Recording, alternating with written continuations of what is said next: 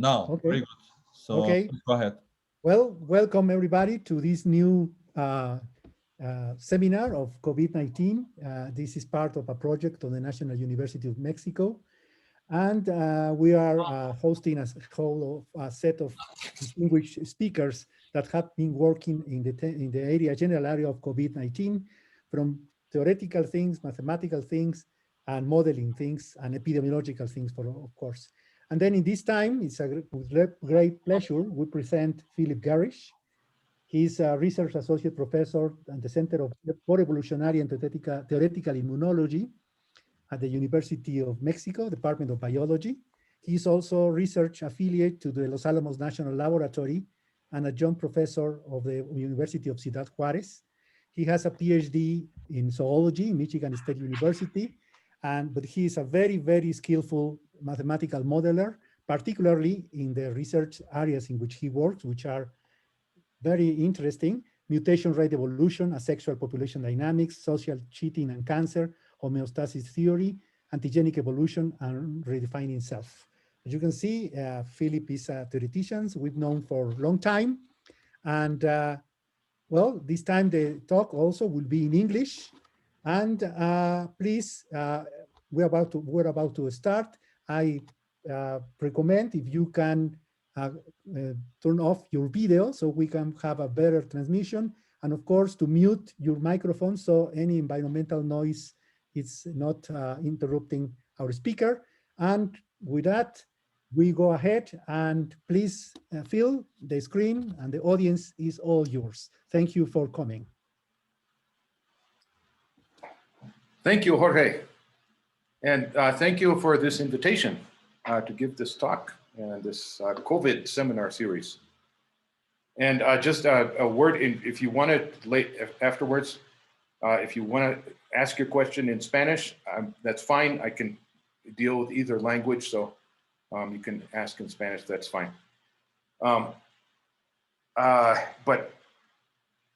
Okay, so the title of my talk is How Unequal Vaccine Distribution Promotes the Evolution of Vaccine Escape. And vaccine escape are mutations that are basically resistant, that make the virus resistant to antibodies that are created by the vaccine, so by vaccination. So it's sort of a kind of a resistance mutation, right? So vaccine rollout strategies have been all over the news these days, showing the great abundance of different factors that need to be considered in formulating these strategies. And one thing I've heard on the news repeatedly is the call for vaccine equity, or the sort of equal vaccine distribution, both among countries and within countries. This, of course, sounds like a great idea because it's fair and it's ethical and it's moral and all that. And in an ideal world, such arguments should suffice.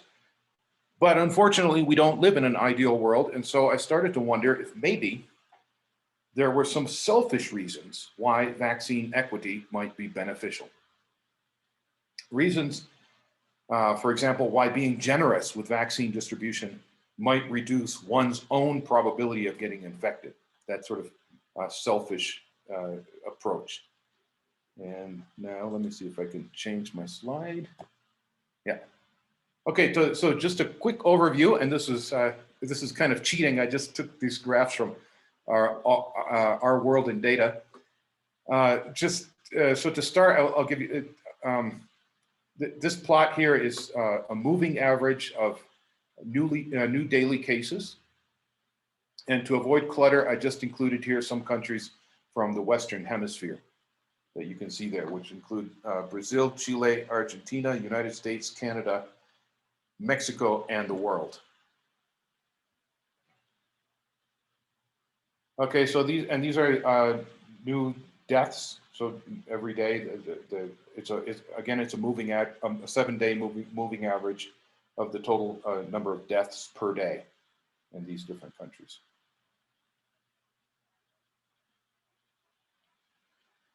And this is the case fatality rate, calculated as the number of deaths divided by the number of cases. And so keep in mind that this quantity is affected by testing rates, and the much higher rate that you see there for Mexico is probably just reflective of a lower testing rate.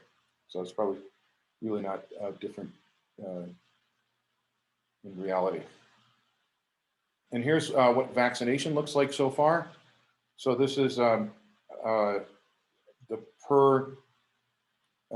daily number of vaccines administered per 100 people. And this is, again, a 7-day average. And you can see that Chile is doing a stellar job in terms of vaccination. This is total numbers, total cumulative numbers of vaccinations per 100 people. So. And this is the estimated R naught, so the basic reproductive number of the virus over time, over the course of the epidemic. And you can see it's hovering around 1, but yeah. Anyways. And now I'm going to have to switch slides here very quickly.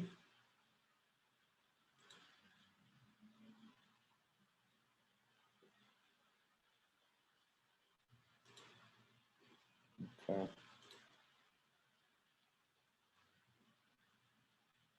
Are you guys seeing that now? Yes, yes, we see it. Okay. All right. Now we'll see if my internet is working.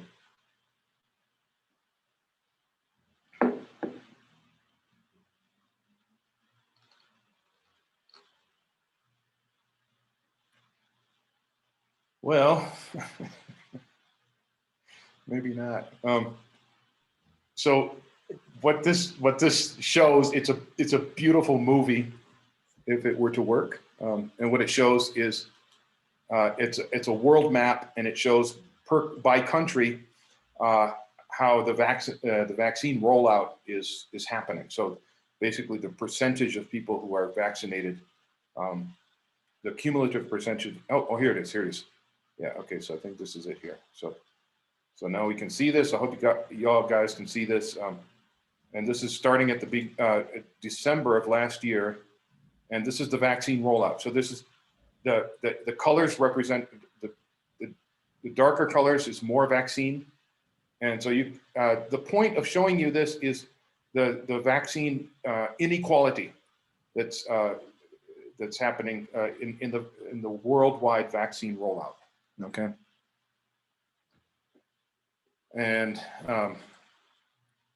yeah, can everybody see it? Is it? Yeah, we can see it. Is it showing up as a movie? Okay. Yes. Cool. It worked. Okay. All right. So, anyways, the message behind this slide here is that the vaccine rollout has been very unequal.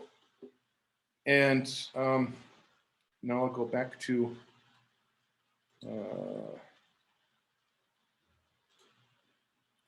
my slides.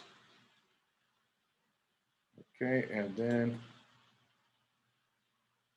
Okay, so as I said in the beginning, vaccine inequity, so vaccine inequality, isn't fair, right? But the question addressed in this talk is there more to it than that? Are there other reasons besides fairness that we should care about vaccine equity? These are, and these articles that you see here, I literally found them like 2 hours ago. I was looking for, vaccine equity things online, and I came up with these things here. These are UN news. Inequity of COVID vaccines grows more grotesque every day. And this one just hints exactly at what we're talking about here. And that is virus variants, vaccine inequity contribute to rising caseload, but they don't make the connection between those two, between virus variants and vaccine inequity. And this talk does make that connection. And this article comes really close to making the connection here. So global inequity of COVID vaccination is more than a moral problem. And that's what I was talking about in the beginning. It's more than just fairness. And so what other problems does vaccine inequity cause, right? And of course, this leads us to ask, how does vaccine inequity affect viral evolution, right? And in particular, how will unequal vaccine distribution affect vaccine escape mutations? And this is a study that came out just a few days ago, as you can see here. A new study of coronavirus variants predicts virus evolving to escape current vaccine treatments.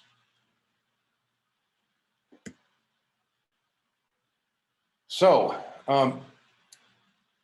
now I'm going to give you some very superficial logic here about vaccine escape. So that's and that is that vaccine escape mutants are advantageous in vaccinated regions, right? So vaccines will create a selection pressure for vaccine escape mutants.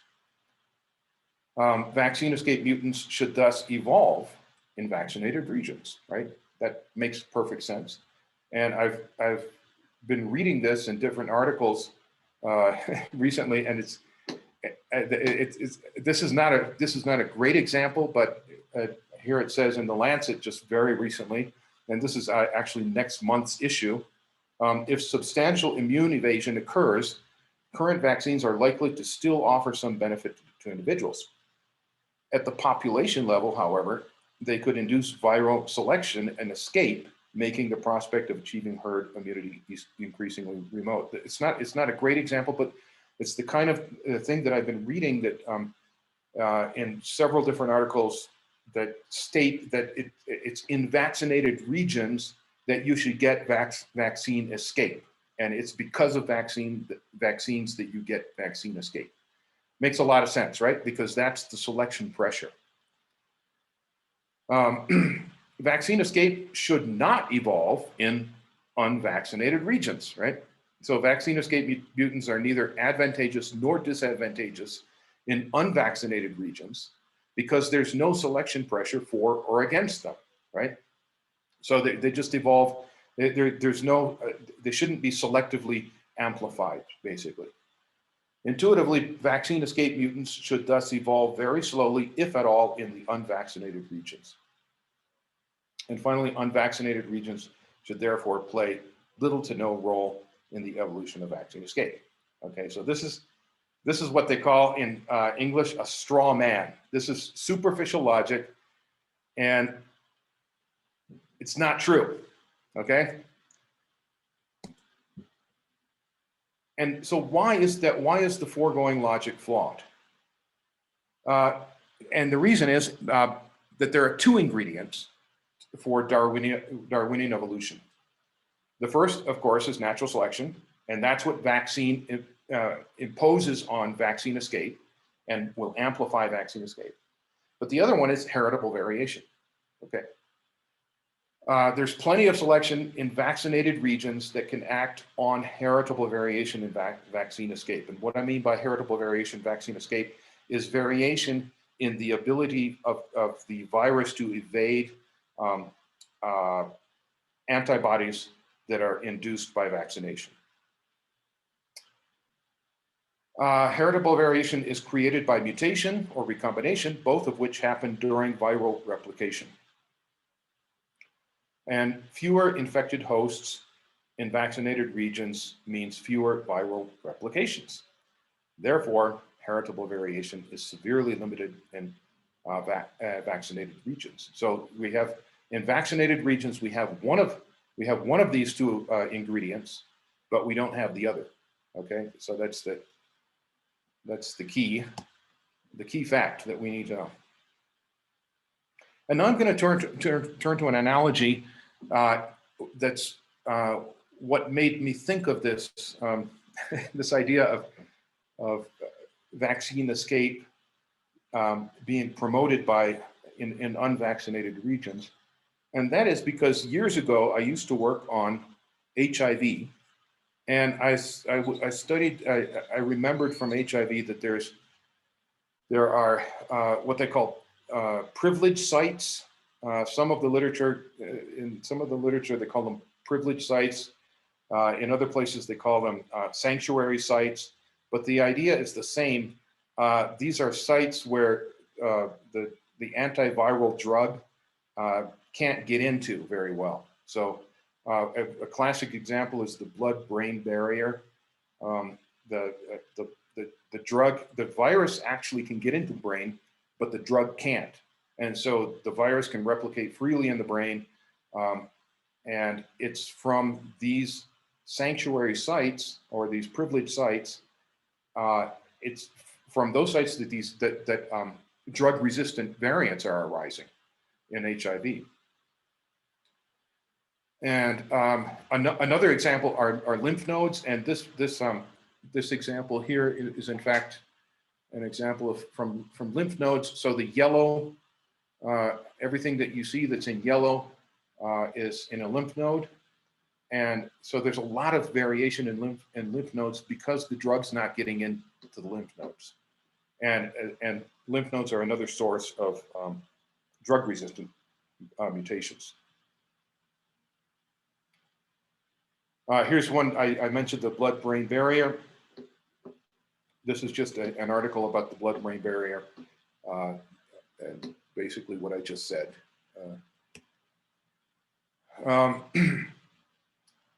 This also happens in bacteria, and I'm going to switch slides very. So the idea that there's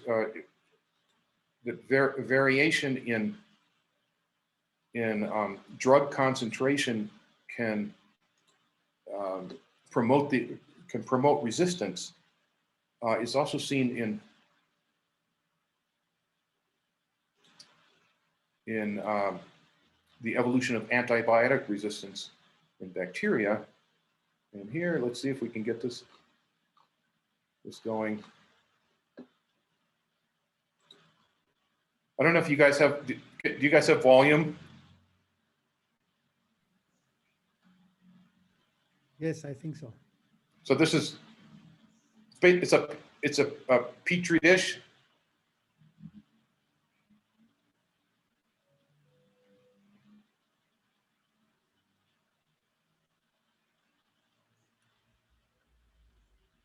I don't know if you guys can hear the audio, but those are different concentrations of antibiotic in this huge petri dish.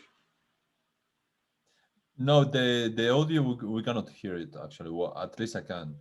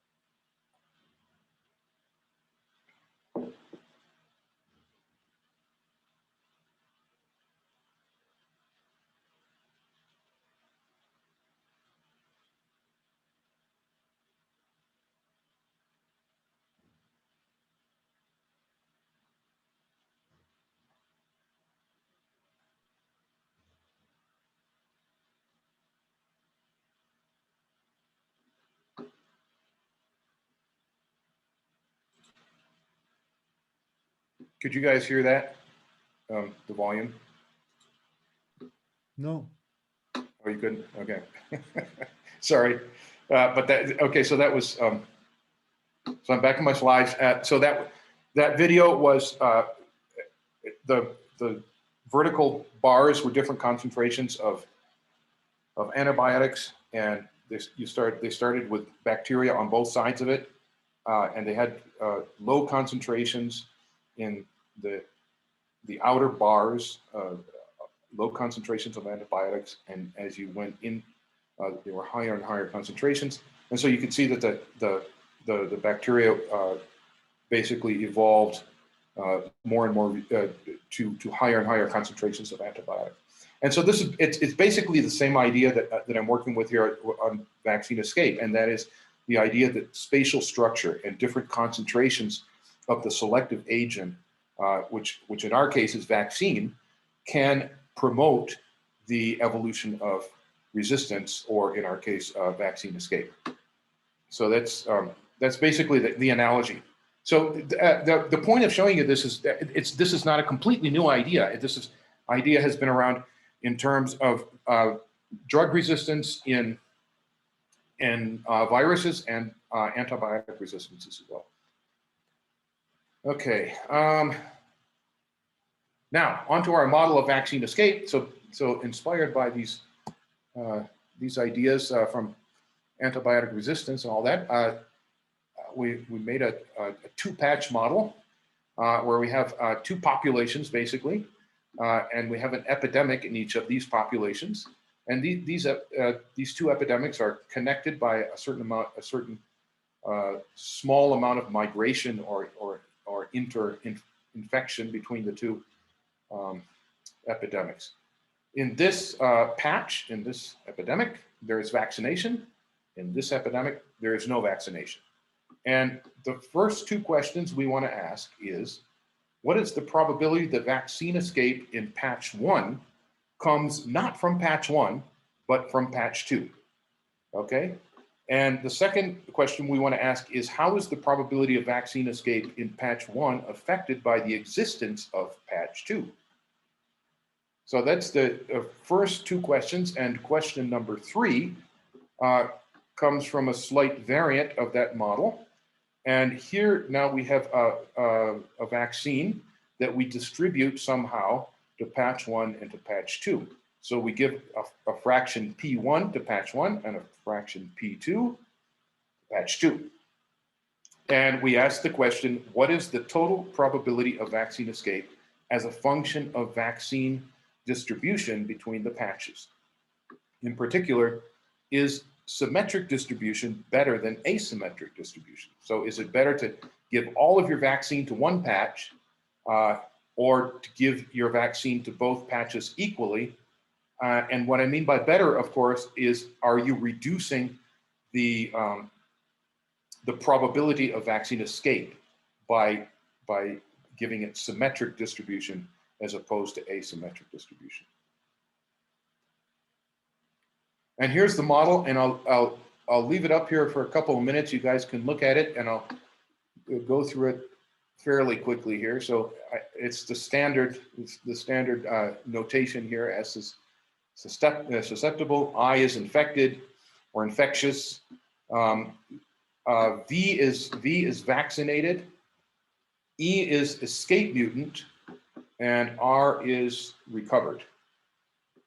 And an important feature of this model that's different than what you might expect. So let me back up. Sorry. So these sums here reflect the possibility of cross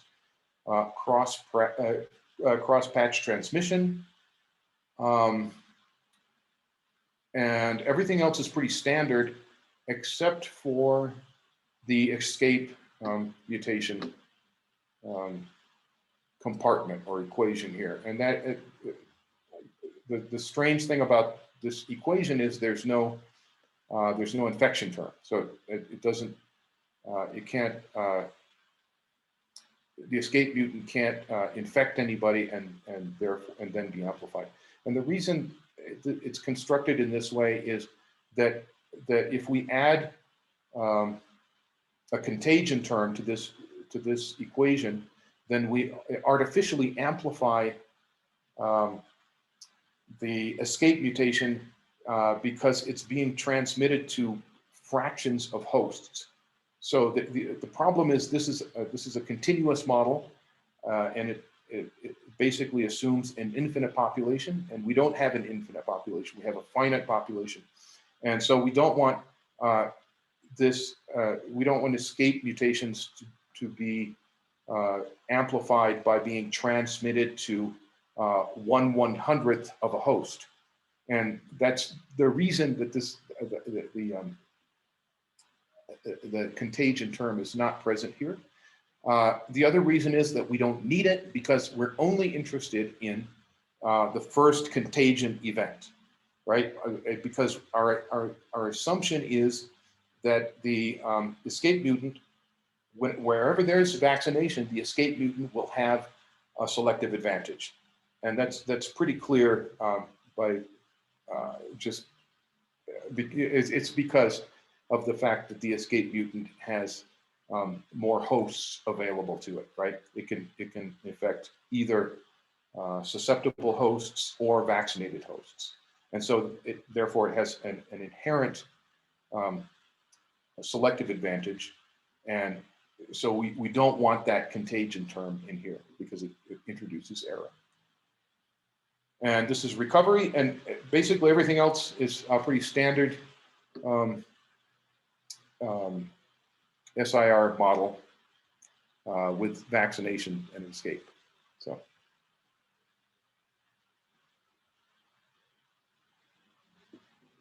Okay, so some definitions here. So escape infection event, we're going to call it an EIE, escape infection event, is a discrete event in which a new host is infected by a vaccine escape mutant. Okay, it can be a susceptible or vaccinated host. Random variable T sub ij is the first EIE in which a new host in patch J is infected by an escape mutant from patch I. EIEs form non-homogeneous Poisson processes with intensity functions R sub ij defined as follows. Okay, this is basically just an infection. This is your infection term here. This is the infection term that was missing from the previous equations. And the reason is we're just interested in the first infection event that happens. So the beta within patch, beta JJ is within patch, we'll just call it beta. And beta across patch, we'll call it beta X. And beta X, so beta across patch is some fraction of the beta within patch. And we assume that this fraction lambda is much less than 1. And lambda in terms of epidemiology may be interpreted as border leakage. So how much infection is sort of leaking through the borders between the patches.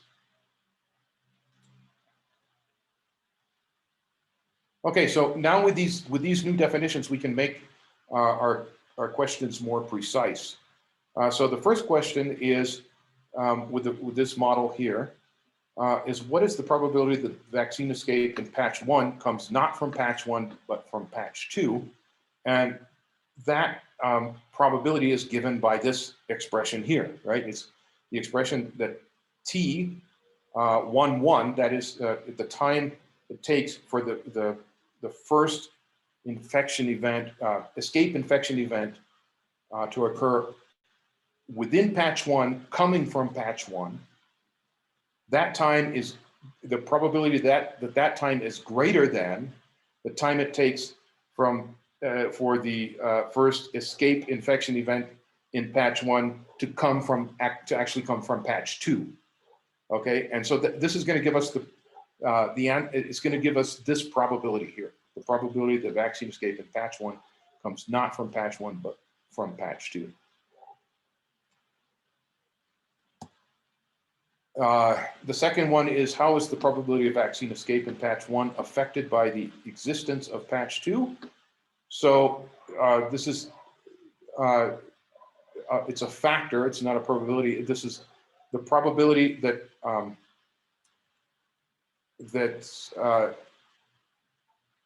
that either you get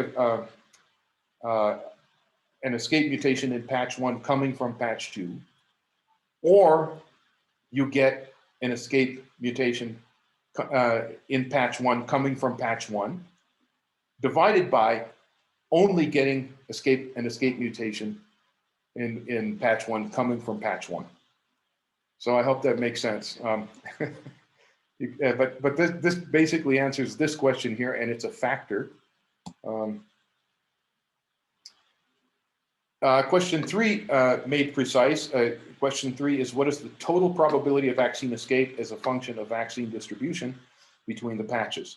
Okay, so that's basically you either get an escape mutant in patch 1 coming from patch 1, or you get an escape mutant in patch 1, in patch 2 coming from patch 1, or in patch 1 coming from patch 2, or in patch 2 coming from patch 2. So it's all of those probabilities. So this is just a summary of what I just said. These are the quantitative expressions of those quantities. And now we move to the results. And so this, why is it? Okay, so this is this column here, the left column here, is the first quantity that I talked about. So this is the probability that the first escape, that the escape mutation arising in patch 1 comes not from patch 1, but from patch 2. And that's this probability here. And it's as a function of vaccination rate in patch 1. Okay, remember patch 2 in this scenario is not vaccinated. There's no vaccination in patch 2. So this is just vaccination in patch 1. And you can see at reasonable, I would say, mutation rates, the probability is very close to 1 that the escape mutation in patch 1 comes actually from patch 2. Okay, and here it goes up more slowly. And the difference here is now we have a bigger reproduction number. Now it's 2.5, here it's 1.5. And this is, again, as a function of vaccination rate, sorry. And here it goes up a little bit more slowly as a function of vaccination rate, as you have a higher reproductive number. Okay, this column here is the factor. This is the factor by which your probability of having a vaccine escape mutation is increased by virtue of having a neighboring patch that has no vaccination. So this is the factor. This is how many times higher your probability will be of getting a vaccine escape mutation. And you can see it's pretty astronomical at least for these parameters here. As you increase mutation rate. I should say a quick note about this red line here. Appears to be some sort of error threshold effect or something, that at very high mutation rates, there's no effect. But at, I would say, more reasonable mutation rates, there's a really large effect of having an unvaccinated neighbor. Here's, again, at higher reproductive numbers, here again at higher reproductive numbers. So you can see that the potential for having a very large effect of having an unvaccinated neighboring patch is quite large. Okay, now this is the other question, and that is if we now go to the other to this model here, right? Now we're gonna look at the probability of vaccine escape as a function of this distribution. So the x-axis in the plots that I will show you is simply this is simply this. Sorry, it's just P2. Okay, so what fraction of the vaccine is going to one patch versus the other? And you can see that I would just another quick note. So these are normalized to, so these probabilities are relative to maximum disparity. So maximum disparity is where you have vaccine going all to one patch and none to the other patch, okay? So what we're doing is we're taking the probabilities and we're dividing them by that probability, okay? So so it has to be equal to 1, at 0, and at 1, right? So we're just normalizing these probabilities. And you can see that it's very advantageous to have equal distribution of vaccine. And it's extremely so at low reproductive numbers. As you increase reproductive numbers, it becomes a little less so, but it's still the optimum is to have 50% going to one patch and 50% going to the other patch, because that minimizes the probability of vaccine escape.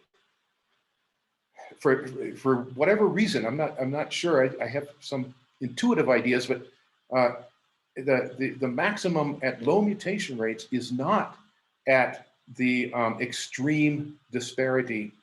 At extreme disparity, it's a more moderate disparities of vaccine that you get the maximum at low mutation rates. So that's the first result of that one. Okay, now I want to show you something here. So now if we take that factor lambda, so lambda again is the fraction, it's the ratio of within patch transmission to across patch transmission.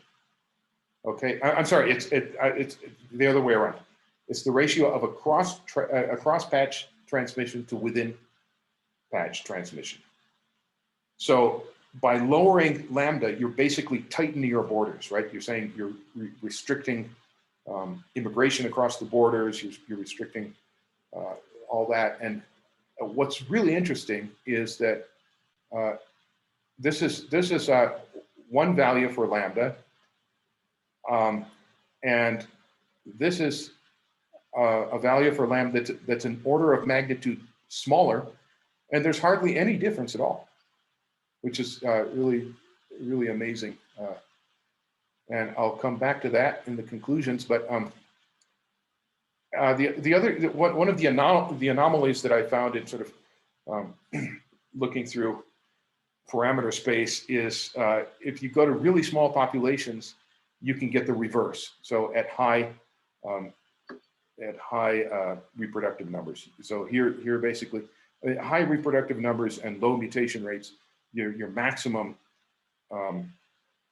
probability of vaccine escape is actually at the maximum of equality or the minimum of disparity, right? So it's the reverse of the other one, but this is very small populations. So I guess what this means is there's a certain granularity that this applies to, and below that it doesn't apply anymore.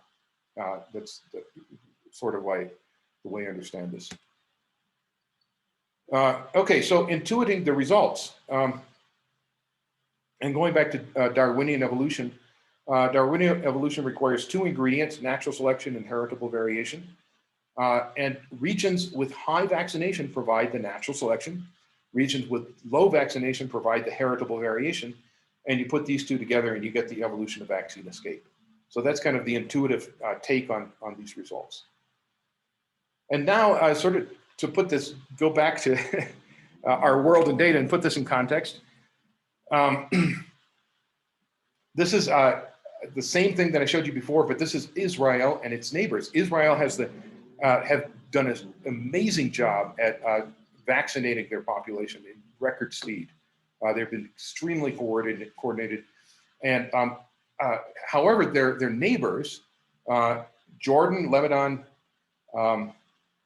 and Egypt, and there's one more, Syria, that's not here, sorry. I thought that was there. Okay, but anyways, their neighbors have very low vaccination rates. And so we'll see. So these are just number of cases per day. These are number of deaths per day. As I showed you before, this is a case fatality rate. And again, disparities here are probably due to reporting or testing. And here is the vaccination rate. So this is vaccination rate per day over the course of the time when vaccines have been available. And there's a huge disparity here between Israel and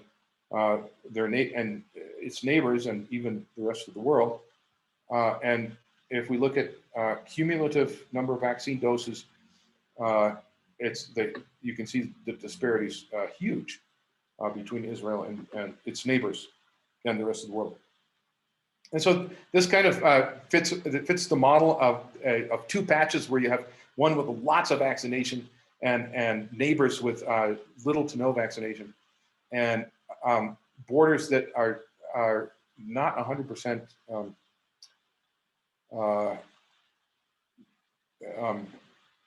effective, right? So there's some, and this is the reproductive number. I don't know why I put this slide up. It's just for completeness. Anyways, so conclusions are that calls for vaccine equity are about more than just fairness. We've shown why vaccine equity is critical to ending the COVID pandemic, at least theoretically. Our exploration of parameter space shows that unless borders can be closed at 100%, so no leaks at all, vaccine disparities will continue to efficiently promote the evolution of vaccine escape. And so if one's aim is to end the pandemic locally, that is within one's own borders, sort of selfishly, then equal vaccine distribution within and outside one's borders seems to be by far the cheaper solution. And that's kind of it. And these are my co-authors, and most of you guys are there, I think, are here. So that's it. Thanks, guys. Preguntas. Thank you, Phil. Any questions? I have a question. Yes. I wonder, you mentioned Israel and its neighbors as an example, but actually the geographical neighborhood should not be so relevant as people fly. They don't cross the borders walking. Is that correct? I mean, Egypt can have a larger effect somewhere else, not only in Israel. I'm not sure I understood the question. So, yes, you talked about Israel and its neighbors, right. The contrast in the vaccination rates, right? Yes. So the neighbors have a very small, comparatively very small vaccination rate. So that affects the success of the program within Israel. Yes. But my question is, the geographical distance maybe is not so relevant because the people don't cross the borders to the immediate neighbors. Actually, Egyptian people might fly to the United States or wherever. Yeah. Oh, yes. Of course. That's a good point. Yeah.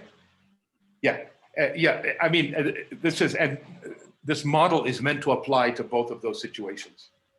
Mm-hmm. And I just put up Israel there because it's such a striking example.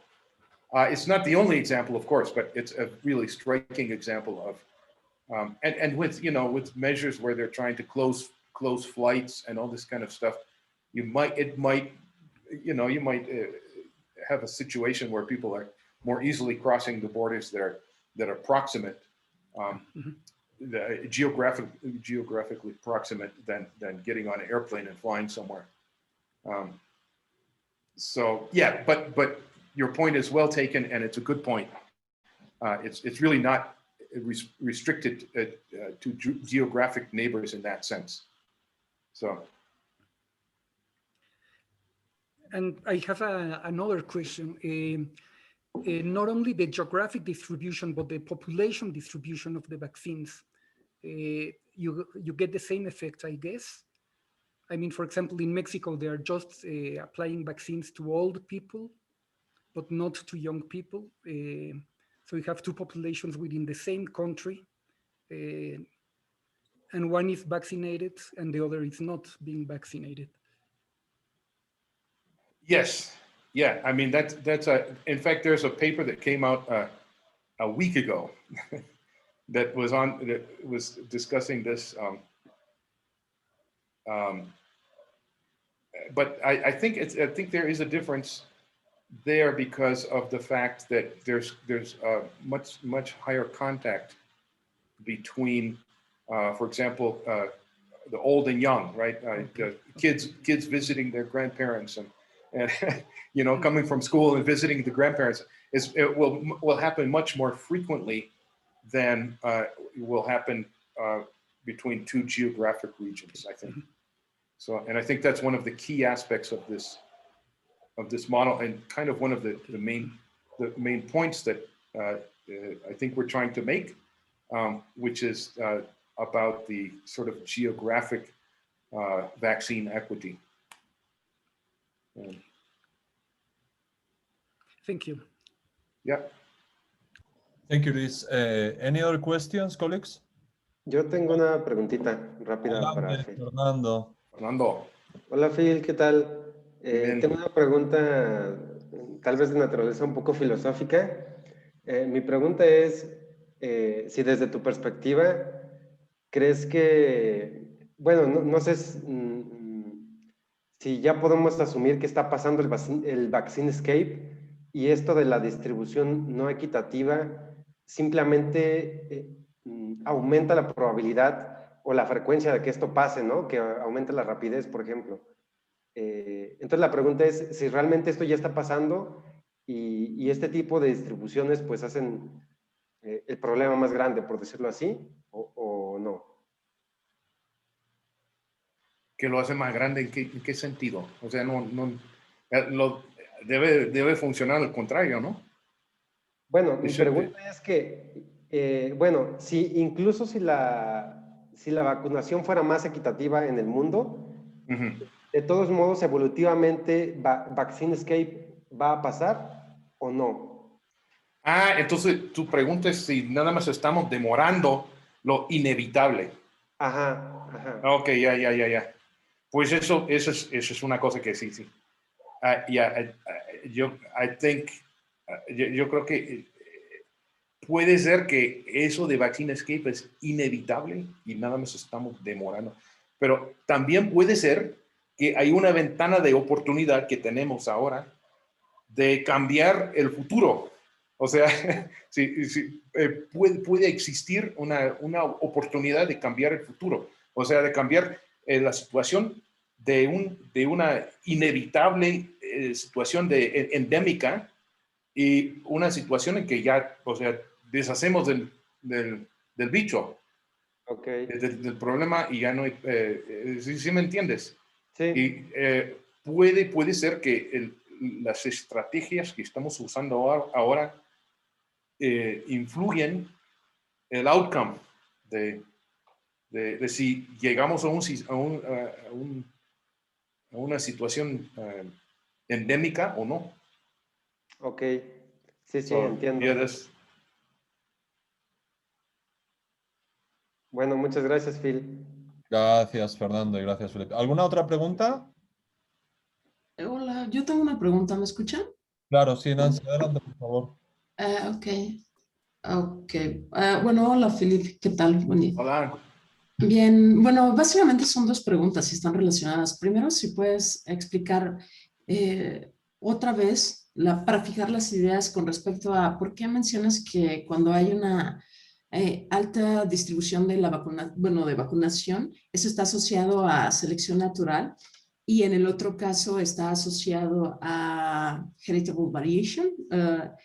Bueno, esa es la primera, con respecto al modelo. Y la segunda es si en el modelo se contempla también variación en las tasas de transmisión. O sea, debido a que posiblemente en los países que han sido, bueno, que tienen más vacunación, la población, pues, se está moviendo más. Se está moviendo más, digamos. Claro, claro, sí. No, bueno, se puede implementar ese tipo de consideración, pero no lo he hecho. El segundo, pero el primero la idea es que en un parche, una región en que hay mucha vacunación, simplemente no hay replicación del virus. Porque hay muy pocos infectados. Y la replicación, el número de replicaciones del virus depende del número de infectados, ¿no? Entonces, casi no hay replicación de virus en los parches vacunados. En los parches no vacunados hay mucha replicación de virus, pero no es selección. Entonces, son de esos parches, de esas regiones, donde viene la variación, porque ahí es lo que produce la variación. En los otros parches vacunados, produce es donde hay selección, ¿no? Entonces, esa es la idea. Ok. Yo no sé si me explico bien, pero... Sí, sí, también, bueno, la parte de la explicación, bueno, también podría ser en inglés solamente para formular esto, lo pensé mejor en español.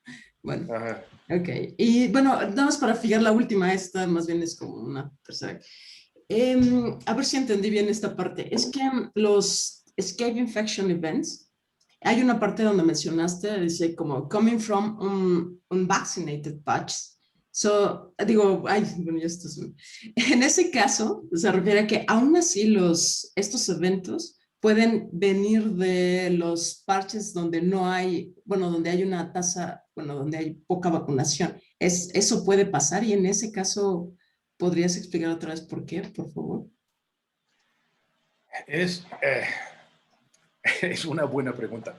Y es porque lo que llamo en mi modelo tasa de mutación es un parámetro compuesto de diferentes factores. No es simplemente mutación. También tiene que ver con selección dentro del huésped y todo eso. Por ejemplo, en el parche que no hay vacuna, esta mutación tal vez aparece en algún huésped y se propaga de forma neutral. Y es solamente hasta que llega a encontrarse con un vacunado, que ahí sí puede infectar el vacunado, mientras otro que no tiene esa mutación no lo puede infectar. Yo no sé si me explico. Es como tiene que ver con la cadena de transmisión de población de virus. Y en una población de virus que está transmitiendo entre los susceptibles en una población no vacunada, no hay ninguna fuerza selectiva. Y para mí esa es la parte que es counterintuitive, ¿no? Que es porque no hay selección. Sin embargo, desde esos parches donde no hay selección, ahí aparecen los mutantes que son resistentes. Aunque no de donde viene no había ninguna selección para resistencia o para escape en este sentido, en este caso, ¿no? Bueno, ok. Eso para mí es como la paradoja, ¿no? Es la sorpresa, digamos, del modelo. Porque... Bueno, gracias, Felipe. Sí. Gracias, Nancy. ¿Alguna pregunta más, colegas? Ya sabéis, podéis hacer las preguntas en inglés. So questions can be done in English or either English or Spanish, right? And simply unmute your microphone and talk directly to Philip. Hola, buenas tardes. No sé, ¿puedo hacer una pregunta? Claro, Emanuel, adelante. Hola, ¿qué tal? Emanuel Torres aquí. Philip, ¿qué tal? Yo tenía una duda. ¿Cuál sería la escala óptima del modelo, pensándolo de esta forma? En Ciudad de México la vacunación se está haciendo por delegaciones, entonces este modelo me parece adecuado porque pues tienes casi eso, ¿no? O sea, o una cantidad de parches que no están teniendo la vacunación al mismo ritmo. Pero este modelo valdría para esa escala a un nivel ciudad o ya estaríamos hablando de una macroescala, o de, por ejemplo, países como mencionaban hace rato, Israel o... Mira, lo que he visto es que ese efecto para poblaciones mayor, digamos, mayor de 10,000 es muy efectivo, o sea, es muy marcado. Es muy marcado ya para poblaciones de cientos de miles, ya es súper marcado. Esos gráficos que mostré son de 100,000 y ya está muy marcado. De 10,000 todavía está muy marcado. Ya de 1,000 para abajo ya no está marcado. Ya el efecto se va disminuyendo, se va desapareciendo. Como puse el ejemplo de poblaciones muy pequeñas de 50, ahí sí desaparece el efecto. Con tasas bueno, al menos con tasas de reproductive number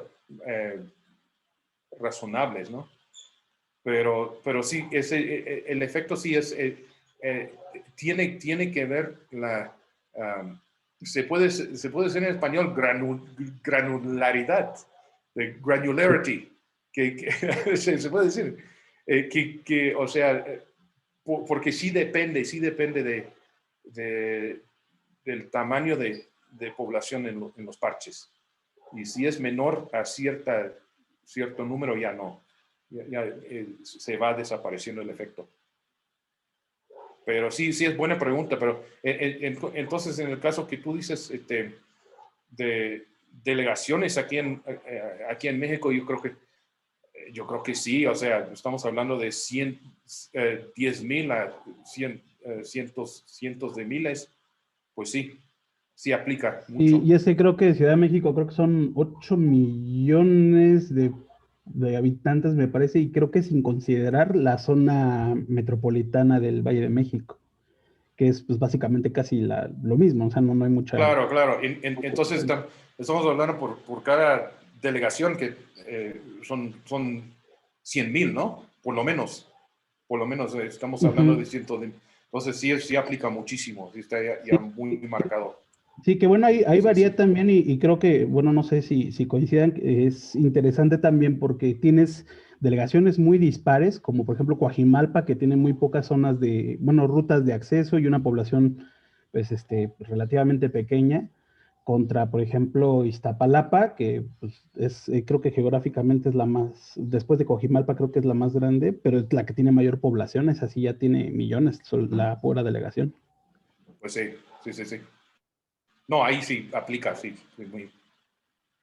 Sí, como te digo, arriba de 10,000 ya está marcado. Arriba de 100,000, muy marcado. Entonces, sí. Correcto. Y la última pregunta que tenía era, el factor beta que estamos hablando, ¿podría considerar o se puede utilizar para considerar ¿cómo llamarlo? La porosidad entre fronteras.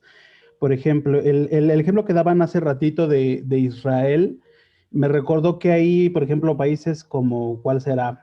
Corea del Norte, voy a decir, ¿no? Donde pues no entras ni sales ni de chiste, ¿no? sé, es una porosidad, llamémosle, muy, Claro.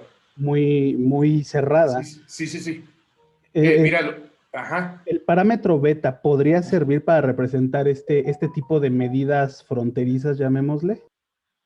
El parámetro que representa eso es lambda, en ese modelo que puse. Ah, ok. Y lo que he visto que puedes reducir lambda muchísimo y casi no tiene mucho efecto. O sea, siempre existe esa probabilidad mayor, mucho mayor, de vaccine escape si hay disparities, ¿cómo se llama? Si no están iguales en términos de vacuna. Entonces, y esta es otra sorpresa del modelo, que no depende mucho de ese parámetro lambda, que siempre y lo que quiere decir es que a menos de que tienes fronteras 100%, o sea, que no pase nada, nadie, a menos que tengas esta situación, siempre va a haber vaccine escape si hay desigualdad en vacunas, ¿no? Y entonces, como que el mensaje, ¿no? Es muy caro, o sea, hablando de dinero, es muy caro hacer una frontera completamente impermeable, ¿no? Es carísimo, pero es menos dinero, simplemente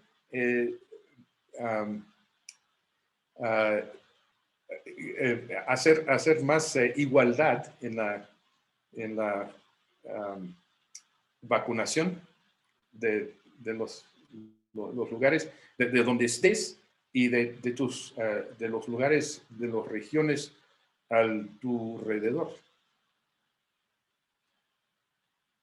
Vale, ¿no? Pues sí, sin duda interesante esto último, ¿no? Bueno, gracias, Emanuel. A ustedes. Y había un par de preguntas más. Marco Maceda quería hacer una pregunta. Marco, si puedes activar tu micrófono y preguntar directamente. Sí. Gracias. De acuerdo. Gracias. Sí, es una pregunta rápida. Sobre este proceso de selección que se puede presentar, pues depende de las vacunas que se estén utilizando. ¿Qué es más aconsejable? ¿Tener un número fijo de ellas que se estén utilizando en una población o simplemente eso no influye? Perdón, es que por ejemplo, aquí en México, que se me estaba cortando perdón, que tener uno fijo. Sí, pues, pensando en México. Ah, ok. Pero como uno, o sea, una... Híjole, sí, se me está cortando. Una única vacuna para que se use en toda una población. Ah, una única vacuna en vez de diferentes tipos de vacuna. Ajá, o si hay un número óptimo, digamos, de vacunas. Esa es buena pregunta. Y ese es otro estudio que no es mío. Hay un estudio que recién también hace una semana que lo citamos en nuestro artículo que habla de eso, del uso óptimo de las diferentes vacunas. Y eso es otra pregunta. Sí. Este trabajo no, es una pregunta muy interesante, por cierto, pero no, sí, estos modelos no tratan esa pregunta. Gracias. Okay, gracias. Gracias a ti, Marco, por la pregunta. Jorge, creo que no hay más preguntas, por lo que veo una mano levantada, pero se bajó. Sí. No sé si crees que lo dejamos por hoy, continuamos en 15 días. Perfecto. Un segundito, creo no. Una pregunta más y ya nos vamos. Ricardo tenía la mano levantada, Paz, que luego la bajo. Ricardo, ¿quieres preguntar? Por favor, adelante. Sí, gracias. Gracias por la plática, Philip. Quería preguntar, porque vi que el modelo que mostrabas al inicio, si no consideramos el parchado, digamos, el modelo es monótono, entonces uno se preguntaría ver si la estabilidad del modelo mediante esa discretización de tipo Euler entre los diferentes parches, si puede uno analizar la estabilidad de ese modelo primero y tal vez si has considerado utilizar qué tan sensible es con respecto a la tasa de mutación. No sé si me doy a entender. Estás hablando de un análisis de estabilidad, ¿no? Sí, mencionaste que uno busca, como siempre, uno tiene variabilidad en los resultados. Ajá. Y lo que yo estaba observando era de que el modelo en sí parece ser de tipo monótono. Y cuando estás con el tipo de discretización que estás haciendo digamos, infección entre parches digamos, con una difusión discreta, uno puede calcular digamos, la estabilidad de toda la red, discreta. Y de ahí puede uno tal vez preguntarse qué tan fiable es el modelo con respecto a la tasa de mutación. Sí. Voy a tratar de dar una respuesta porque no estoy seguro que todavía que entiendo, pero solo para aclarar lo que digo, cuando digo que es un proceso discreto, es que es un proceso Poisson no homogéneo. Entonces, y nada más es lo único que nos interesa es el primer evento. O sea, si fuera un Poisson homogéneo, ese primer evento entonces tendría una distribución exponencial, ¿no? Pero este no es exponencial porque tiene una tasa de lo que se llama el intensity function, ¿no? Que es porque no es homogéneo. Pero lo único que nos interesa es el primer evento. Y a partir de ahí, supongamos que el mutante, como tiene ventaja selectiva, va a disparar. Y esta es la idea. Entonces, yo no sé si contesté tu pregunta o no. Sí, pero sí. Tal vez tenemos dos ideas diferentes de discreto en este sentido. Porque yo no sé. Sí. Gracias. Ok. No. Gracias a ti, Ricardo, y por la pregunta. Bueno, yo creo que Jorge, nos lo deberíamos dejar aquí por hoy, ¿verdad? Sí. Bueno, pues a Philip, muchísimas gracias por esta charla tan interesante. Muchas gracias a los colegas por haber estado presentes. Recordarles que volveríamos en 15 días con otro seminario, que estoy intentando buscar y no tengo a la mano, pero os enviaremos la información pertinente. Gracias a todos. Buenas tardes. Muchas gracias. Gracias, hasta luego. Gracias, Phil. Gracias, hasta luego. Ok. Buenas tardes. Ok, bye, guys. Hasta luego. Luego.